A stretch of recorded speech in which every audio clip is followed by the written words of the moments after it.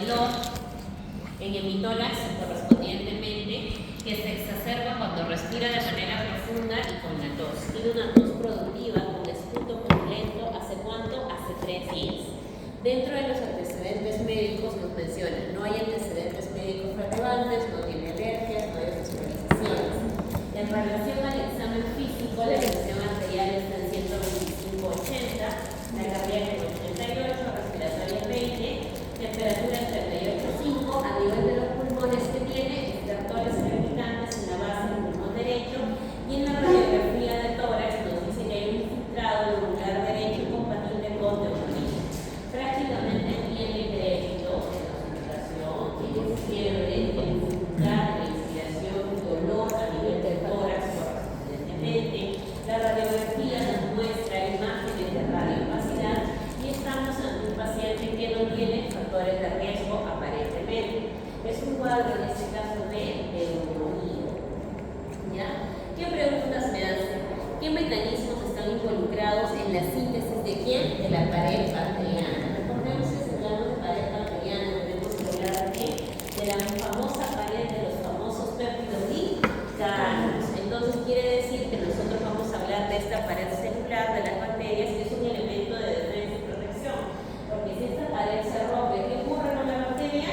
Se destruye, se lisa, ¿no? Entonces estas herramientas de peptidoglicanos son base para esa formación. Incluso en los gram negativos hay un elemento adicional, ¿no? ¿Cuál es ese elemento adicional? La membrana externa, ofreciendo una doble protección, como se dice, a este germen. Ahora, ¿qué clase de antibacterianos inhiben la pared celular y cuál es su mecanismo de acción? Dentro de los antibacterianos clásicos que van a actuar a nivel de la pared, están las famosas penicilinas, que se encargan justamente de actuar en esos enlaces de conformación de esta pared para romperla. ¿Qué factores deben de considerar para elegir una antibacteriana para tratar una neumonía? Un factor importante es uno de los factores de riesgo. En este caso, este paciente no tiene comorbilidades. 2, el tema de la edad, que también es importante. Y 3, los gérmenes, ¿no? Si estamos hablando de una neumonía que en la comunidad de lo que aparenta tener este usuario, tendríamos que hablar en este caso de un esquema básico en relación a antibióticos, diferente a si yo hablara de una neumonía intrahospitalaria. Ahí yo voy a tener gérmenes propiamente diferentes, ¿no? Entre ellos resistentes. Entonces, ¿qué vamos a hablar nosotros el día de hoy? Vamos a hablar acerca de los antibióticos que usamos en diversas patologías y cuándo es en este caso el uso de los mismos. ¿Por qué hablamos del uso de los mismos? Porque tal como su compañera refiere, lamentablemente estamos en una época en la cual tenemos mucha resistencia antibiótica, en una época en la cual la amoxicilina prácticamente tiene un efecto mínimo a infecciones que antes era muy útil, y eso se debe al uso inadecuado de la misma. Entonces, vamos a hablar de los antibacterianos. Entre los antibacterianos yo tengo una clasificación en base a su efecto de acción. ¿Cuál es esa clasificación? El bactericida y el bacteriostático. El bactericida, aquel que te destruye a la bacteria, y el bacteriostático, aquel que te delimita propiamente a la bacteria. Eliminar, en este caso, su funcionamiento va a generar propiamente que pueda ser eliminado, pero ¿quién es más efectivo? Un bactericida, porque genera un efecto de eliminación más, por decirlo así, destacado. Ahora, ¿qué más tengo que hablar? Eso es en relación a la clasificación por su efecto, pero yo observo un esquema en relación a lo que son los péptidos, a los enlaces de glucopéptidos, galactomicinas, que voy a hablar acerca de esa clasificación. A los antibióticos se clasifican de acuerdo a la zona en la cual van a actuar en la bacteria. No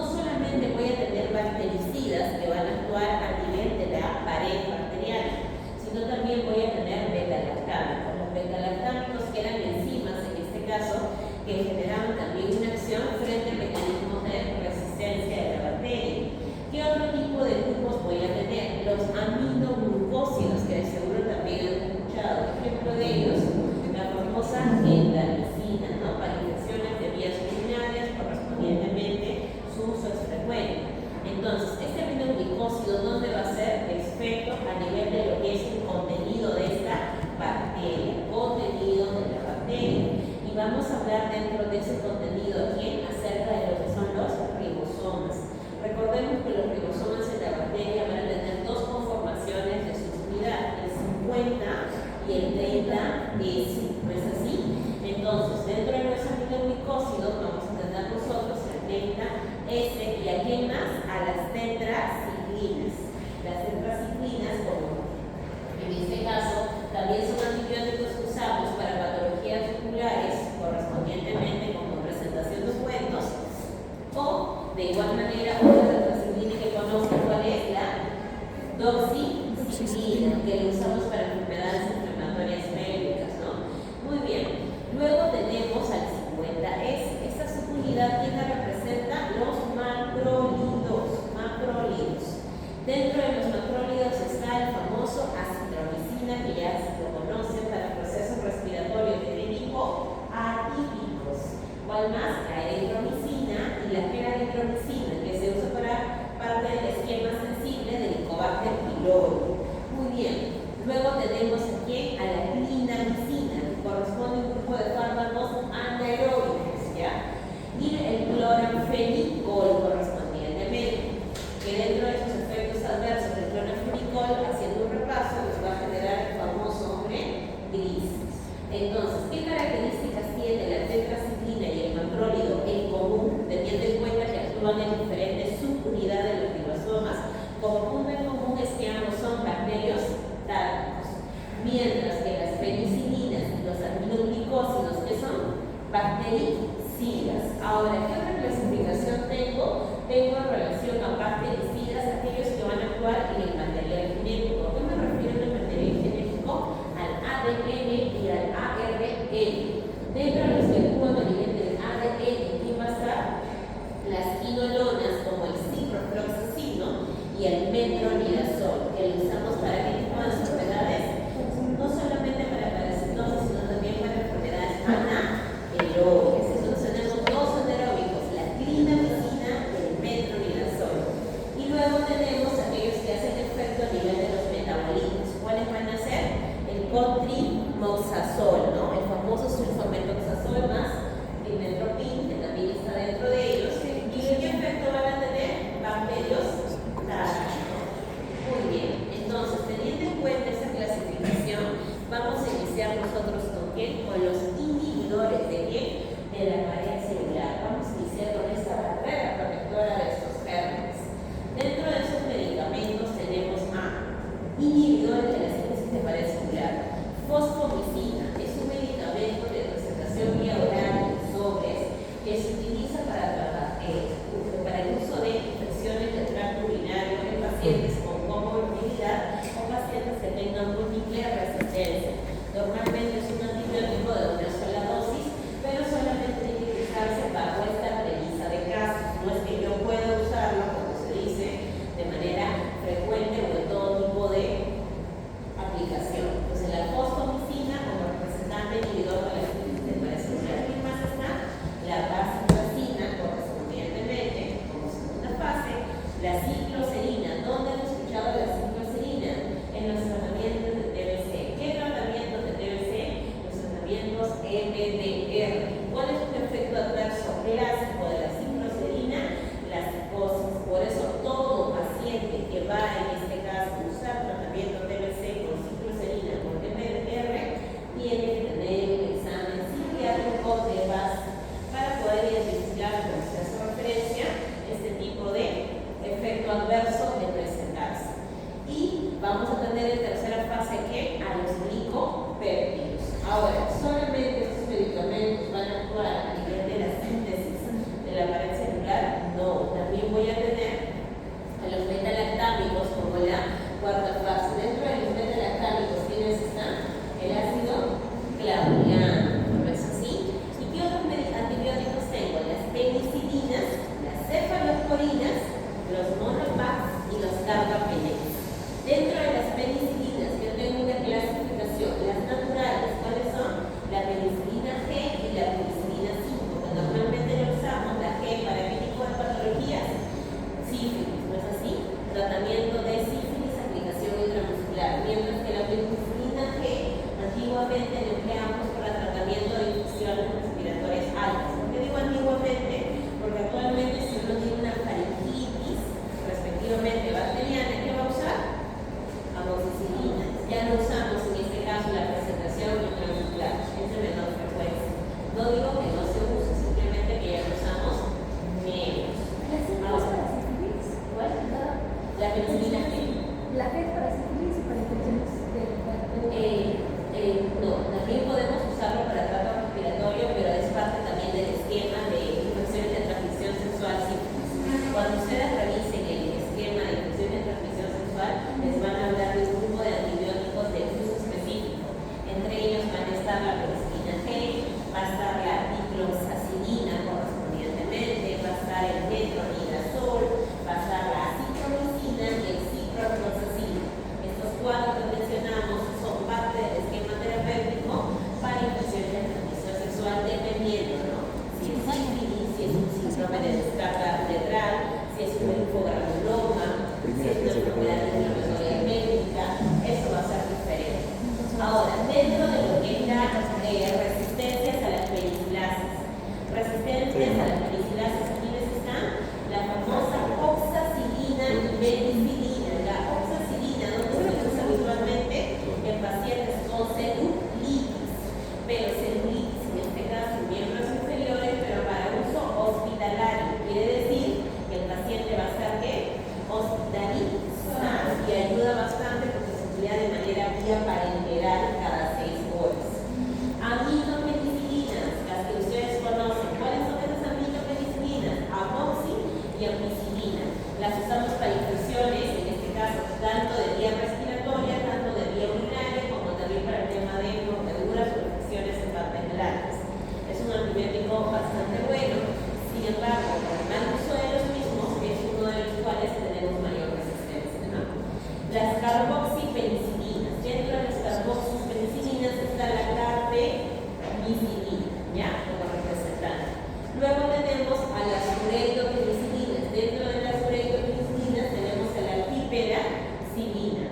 Así como existe el ácido clavulánico, también van a tener ustedes al tazobactam. Y ustedes cuando hagan infectología en hospital van a escuchar que los pacientes con shock séptico, un antibiótico que usan, ¿cuál es? La piperacilina más tazobactam. Así como cuando nosotros usamos la unión de amoxicilina más ácido clavulánico.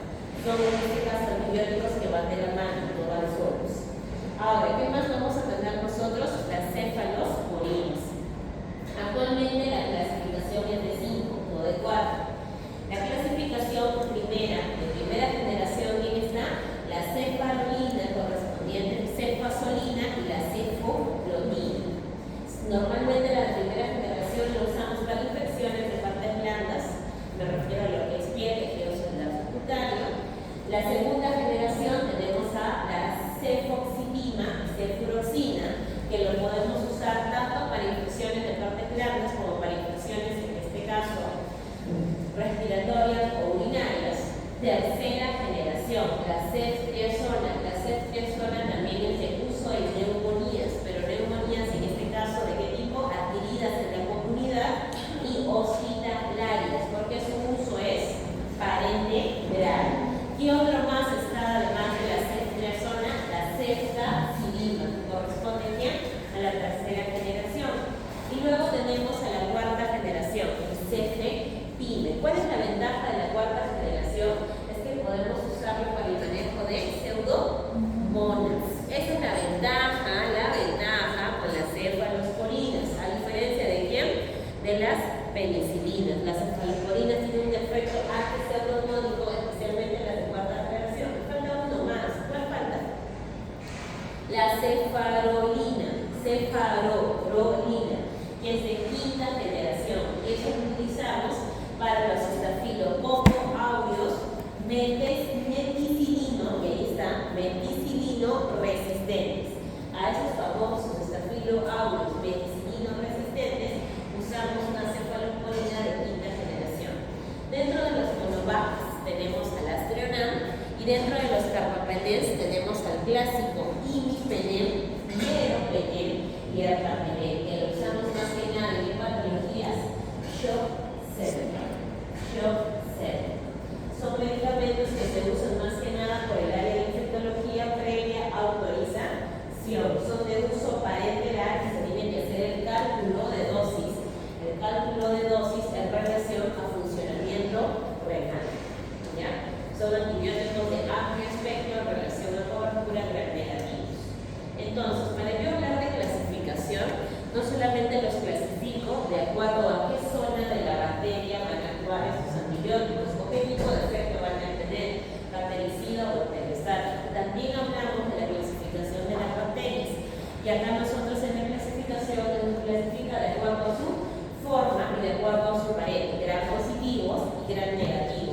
Los gram positivos, ustedes pueden ver que la pared celular está conformada por peptidoglicanos y ácidos lipopeicos.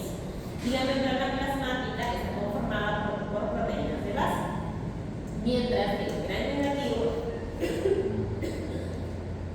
en el gran negativo, nosotros, además de la pared y la membrana, vamos a tener esta famosa membrana externa. En esta membrana externa vemos que el peptidoglicano está solo. Esta sin la presencia del ácido lipoproteico dentro de la membrana externa.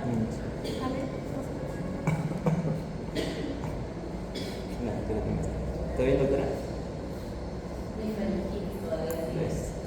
Todos nos estamos enfermando. Por favor. ¿No? Sí. Bien. Entonces, en la membrana negativos tenemos la membrana externa. En la membrana externa también, aquí vamos a encontrar nosotros a estas estructuras que se relacionan colinas, fosfolípidos y los polisacáridos. Mientras que en la membrana vamos a encontrar a estas proteínas transmembranas. Esto es en relación a la clasificación en base a las características de su pared. Mientras que en relación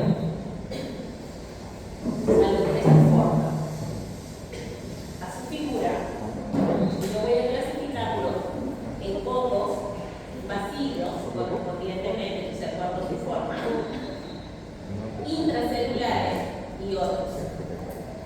No solamente se clasifican de acuerdo a su forma, sino también hay otra clasificación, que es en base a si son anaeróbicos o aeróbicos. Eso para que me explique a mí si es anaeróbico o es aeróbico, para saber el tipo de antibiótico a usar. Por ejemplo, si yo uso una penicilina y es una infección anaeróbica, ¿va a hacer efecto o no? ¿Va a hacer efecto o no? Si yo uso una penicilina y es una anaeróbica, ¿va a hacer efecto o no? No va a hacer efecto, porque estamos hablando de un anaeróbico. El anaerobio sí que voy a usar ciprofloxacino, clindamicina, metronidazol, correspondientemente, ¿no? Antibióticos mucho más amplios.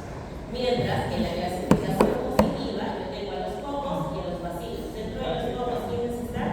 El estafilococo, el estreptococo, el pterococo, el bacilo, listeria, nocardia. ¿Dónde encuentran las listerias? Normalmente en alimentos tipo embutido, ¿no? Por eso la importancia de las fechas de vencimiento en los lugares seguros.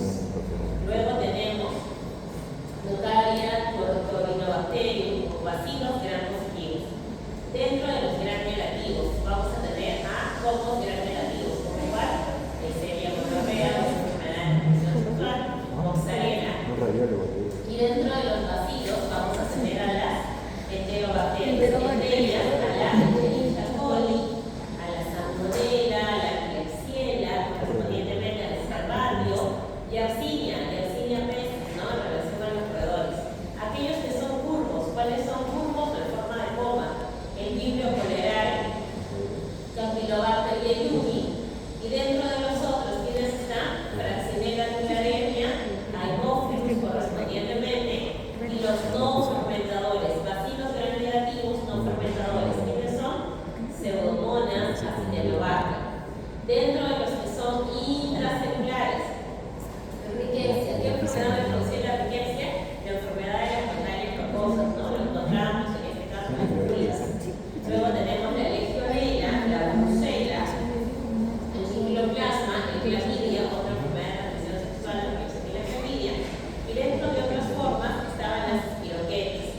Acá teníamos la leptospirosis, ¿no? La leptospirosis que se producía orina de los roedores, ¿no? Tener en cuenta, ahí está el treponema, que estamos hablando de la sífilis, y los micobacterios. Y dentro de los anaerobios van a ser de tipo gram positivo, como cocos versus estreptococos, como bacilos, Clostridium difficile, y dentro de los negativos, como bacilos, el bacteroides furaceo. Esta clasificación ustedes la han visto de seguro en su libro de Murray, ¿no? De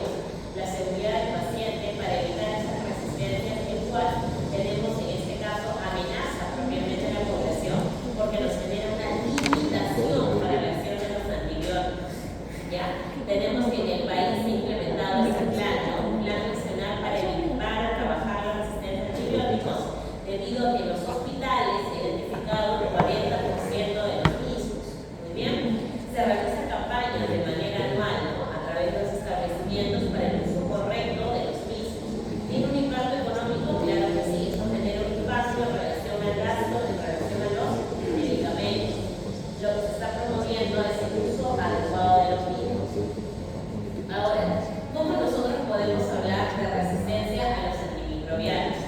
Dentro de la resistencia a los antimicrobianos tenemos 6 mecanismos. 6 mecanismos por los cuales el antibiótico le va a decir algo. El antibiótico le va a decir a la bacteria: no puedo contigo, porque en este caso tienes un mecanismo de defensa. Primer mecanismo, ¿cuál es? Modificaciones en la membrana. Si hay modificaciones en la permeabilidad de membrana, ¿qué va a ocurrir? En este caso, la membrana, al ser mucho más flexible, no va de alguna manera a ofrecer un efecto de resistencia a este medicamento. ¿Cuál es el otro? El sistema de expulsión. Así como entró el antibiótico, saca, ingresa y saca. Es el sistema de expulsión propiamente, ¿no? A través de proteínas transmembranas. Tercer factor, modificación de las zonas blancas. ¿A qué me refiero con las zonas blancas? Yo ya no hablo de la permeabilidad de la membrana. Yo ya no hablo de las proteínas transmembranas. ¿De qué estoy hablando? De los ribosomas. En este caso, estoy hablando de quién? Del ADN. Estoy hablando en este caso de los liposacáridos, que hay modificación en estos receptores y es ahí de manera dirigida donde ese antibiótico no va a hacer efecto. Si bien es cierto, son de menor frecuencia, los demás frecuentes son el 1 y el 2, pero actualmente ya estamos viendo el tipo 3, como por ejemplo la citromicina, que es un macrólido que actúa a nivel de unidad 50S. ¿Por qué ahora sí estamos encontrando resistencia a ella? Porque desde la pandemia se dio prácticamente, estabas con dosis de todos y tomas citromicina. Y eso generó un buen antibiótico que cubría bastante bien. Ahora prácticamente limitamos este. Inactivación del antibiótico, otro mecanismo importante. ¿Cómo se inactiva el antibiótico? Por las famosas enzimas de quién? De la beta-lactamasa. Muy bien. La parte 5, estamos hablando de los plásmidos en este caso, y el 6, a través de inhibidores de quién? De la pared celular, de la conformación de esta pared. Acá nosotros estamos hablando de los mecanismos de acción. Esta diapositiva para su examen final es importante, pásenla bien. La diapositiva 13 nos habla de los mecanismos de acción de los antibacterianos de acuerdo a cada zona en relación a la bacteria. Por ejemplo, si yo hablo de síntesis de proteínas, ¿de quién estoy hablando? Del 30S ribosoma. ¿Quiénes actúan ahí? Tetraciclinas y aminoglicósidos. Si yo hablo del 50S, ¿quiénes actúan? Macrólidos, cloranfenicol, vinamicina. Si yo hablo del ARN, la síntesis, hablo de rifampina. Si yo hablo de la replicación del ADN, la topoisomerasa 4, hablo de quinolonas y metronidazol. Si yo hablo de alteración de la membrana, hablo de las famosas polipipsinas, bacitracina y iomicina. Si hablamos de la conformación de la pared, estamos hablando de quién? Beta-lactámicos, vancomicinas, cicloserina, que ya lo habíamos visto, isoniazida, bacitracina. Y si hablamos de los metabolitos, ¿ya? Estamos hablando de lo que es el trimethoprim. Muy bien, entonces empezamos con quién? Aquellos que van a actuar a nivel de la inhibición de la síntesis de proteínas. Dentro de la inhibición de la síntesis de proteínas yo tengo 4 mecanismos. Uno, que no haya una correcta lectura de quién? Del ARN mensajero por los aminoglicósidos, que se bloquee la zona en la cual va a estar presente el ADN de transcripción. Esto es dado por quién? Por las tetraciclinas y aminoglicósidos. Entonces, si la tetraciclina y el aminoglicósido bloquean la zona de acoplamiento del ARN de transcripción, ¿qué va a ocurrir? No se van a formar los ribosomas. Si no se forma el ribosoma, la bacteria propiamente se desestabiliza. Recordemos que en este caso, las tetraciclinas actúan como un bacteriostato. Parte C, ¿cuál es? Inhibe la síntesis de proteínas. ¿Quién inhibe la síntesis de proteínas? El cloranfenicol, pero a nivel de unidad 50S. Y también hay interferencia con quién? Con el emparejamiento, eso lo vemos acá en el de interferencia con el emparejamiento de los anticodones del ARN de transcripción. Muy bien. Esos son los 4 mecanismos para hablar nosotros de quién? De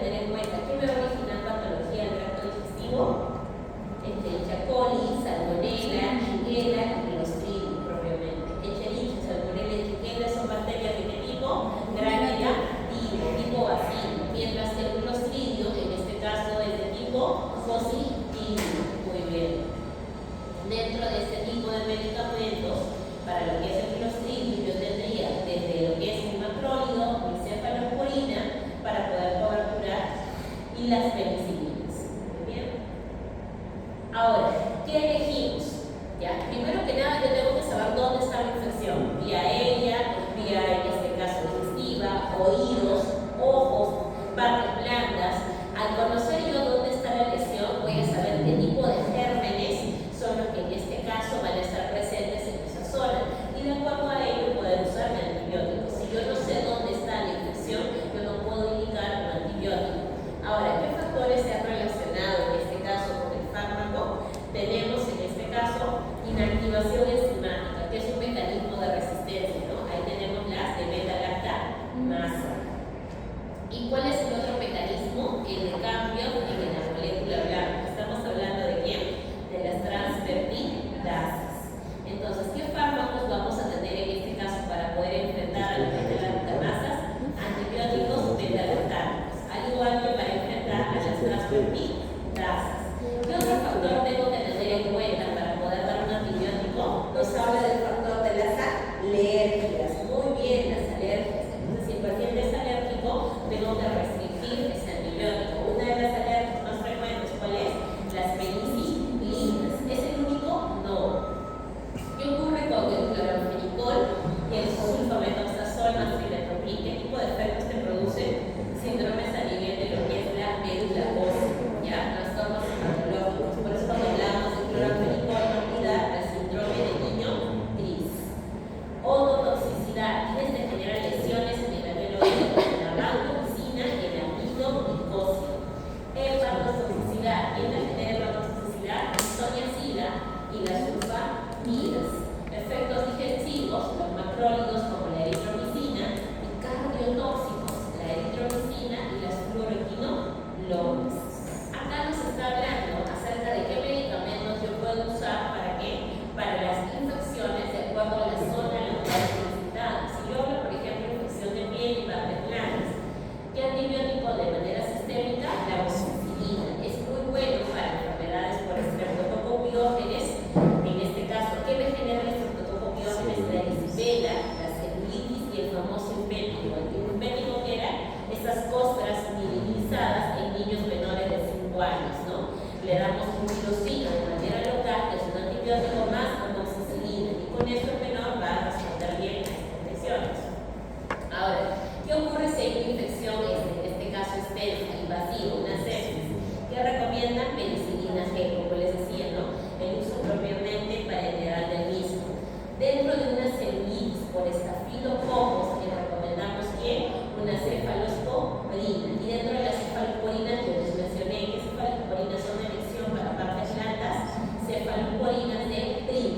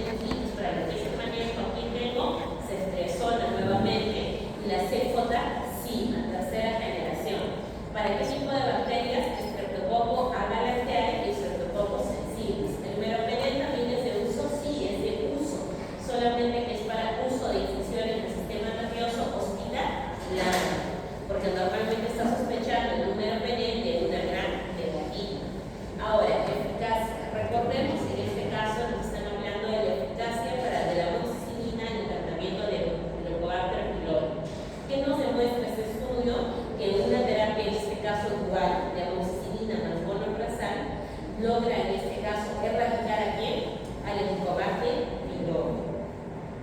Entonces, ¿eso qué quiere decir? Que la amoxicilina todavía mantiene su grado, en este caso, de erradicación frente a esta bacteria. Ahora, ¿qué vamos a ver ahora? ¿Qué antibióticos son necesarios conocer? ¿Qué antibióticos tienen que conocer ustedes? Como yo les decía, la fosfomicina se utiliza para el tratamiento de infecciones urinarias complejas y la ventaja es que se utiliza para una sola dosis. Acá está, ¿no? ¿Dónde se utiliza? Principalmente infecciones del tracto urinario. También lo podemos utilizar en gestantes, es categoría B correspondientemente, y donde lo usamos en alergias. Ingresa, deberían de conocerlo, sí. Acá está la cicloserina, que también les expliqué en relación a TBC. Un efecto importante en este caso, ¿cuál es? El tema de las psicosis, porque acá está la psicosis y hay que evaluar la toxicidad por la concentración elevada de este medicamento. Hay que tener en cuenta que no se debe brindar durante esta acción. Muy bien, la bacitracina. La bacitracina es el uso como un antibiótico local en infecciones propiamente cutáneas menores. También lo tenemos en presentaciones de ungüentos oftálmicos. Ya, hay que tener en cuenta dónde lo usamos, lo que son las reacciones alérgicas, porque hay una toxicidad en el caso que se hay una demasiada absorción de este medicamento a través de la barrera cutánea. La bacitracina, ¿en qué interfiere? Al igual que la fosfomicina, en la pared celular. De igual manera hay que tener en cuenta, no hay que brindarlo en pacientes, en este caso, de riesgo. Si tiene un paciente falla renal, no es recomendable porque puede originarles toxicidad. Ahora, hablemos de la vancomicina. La vancomicina se utiliza de preferencia junto con quién? Con el meropenem. El meropenem trabaja en quién? En gran negativo. Si no tiene que trabajar vancomicina. Si el meropenem trabaja en gran negativo, ¿dónde trabaja el otro? Positivos, sin dudarlo, en gran positivos, exactamente. Entonces acá tenemos nosotros que es un antibiótico de uso para infecciones del tracto respiratorio, así como infecciones de partes blandas. No está indicado en pacientes que tienen alergias y hay que pasarlo de forma lenta, porque si no, ¿qué me origina? El síndrome de hombre rojo. ¿Por qué el síndrome de hombre rojo? Porque hay una liberación bastante pronta en relación a la histamina. Recuerden ello que es un motivo de examen. Ahora, penicilinas, en este caso, la penicilina G, lo usamos para infecciones tanto respiratorias altas correspondientemente, como mencionamos, pero actualmente su uso es menor. Tenemos estas variaciones de la penicilina G, la tipo natural, la potasio sódica correspondientemente. Una contraindicación importante es el tema de las alergias, o que el paciente tenga insuficiencia renal. Ahora, dentro de lo que son las penicilinas, tenemos aquí a la cloxacilina, que es un antibiótico beta-lactámico que lo utilizamos de igual forma para, en este caso, infecciones. ¿No es así? Muy bien, dentro de los efectos adversos puede generarnos, en este caso, una colitis, que es una irritación de lo que es el colon. ¿Y qué más? La amoxicilina, tenemos que conocerlo totalmente, ¿no? Lo utilizo para problemas urinarios, para problemas de piel, para problemas respiratorios. Es un de amplio espectro para positivos y negativos. Dentro de un factor importante para no usarlo, ¿cuál es? Las alergias. Muy bien, y dentro de los efectos adversos, ¿cuáles están? Eritema multiforme, dermatitis, necrosis epidérmica, náuseas, candidiasis vaginal puede producir también. Ahora, luego tenemos a la carboxipenicilinas. Dentro de las carboxipenicilinas vamos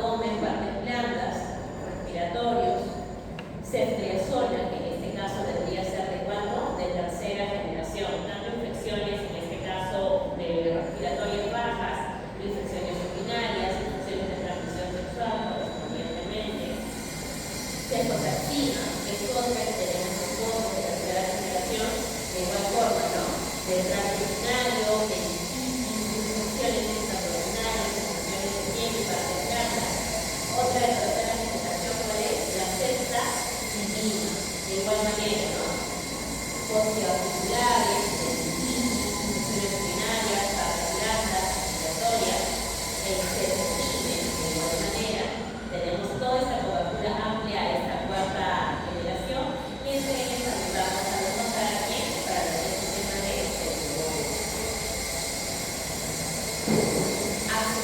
Dentro de los grupos de accionar, nosotros tenemos que van a coberturar o ser negativos, ¿ya? Y está indicado con infecciones de tracto urinario, infecciones propiamente abdominales, peritonitis, infecciones ginecológicas.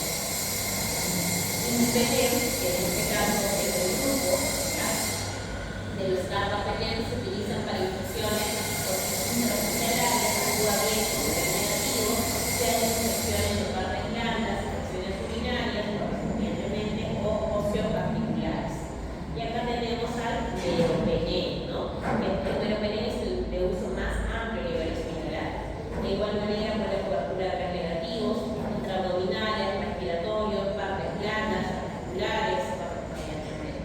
Dentro de las contraindicaciones, como les decía, había que hacer el cálculo de dosis en todos los carbapenems si se tienen falla en qué función renal. ¿Con qué antibiótico iniciaríamos en ese paciente que no tiene factores de riesgo? Amoxicilina más ácido clavulánico cada 12 por 10 días. El paciente refiere, mejora, reduce la fiebre y la tos productiva y a las funciones de tos. En este caso, ¿qué ocurrió con esta amoxicilina y ácido clavulánico? Sí hubo efecto, ¿no? Hubo respuesta terapéutica, por eso hubo disminución en relación a los síntomas. ¿Cuál es el mecanismo de acción de los antibacterianos beta-lactámicos a nivel molecular? ¿Cómo afectan la síntesis de la pared celular? Prácticamente hay dos funciones. Una del beta-lactámico en relación al efecto glutámico para la unión y otra meramente la amoxicilina y esta pared. ¿Cuáles son las posibles resistencias del beta-lactámico y cómo se pueden superar? Una de sus resistencias está en la permeabilidad, en este caso, de la permeabilidad de estas proteínas transmembranas. ¿Y cuál es la otra? El bloqueo de esta beta-lactamasa, ¿no? Encuentran una manera de bloquear. Compara y contraste los mecanismos de acción de los beta-lactámicos con otros inhibidores de la pared como los glicopéptidos. La diferencia con el glicopéptido es que los glicopéptidos más que nada van a poner en gran positivos, mientras que estos beta-lactámicos no solamente son positivos, sino también negativos. ¿Qué consideraciones especiales hay que tener en cuenta para antibacterianos inhibidores de la pared celular o monitorear al paciente? Entre las consideraciones está la edad y el factor de riesgo.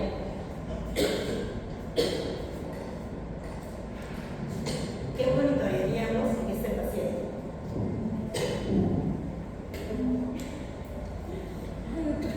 Por momento. Si está con amoxicilina y ácido clavulánico, ¿qué monitoreamos? Y no venir a teléfono, porque la ley no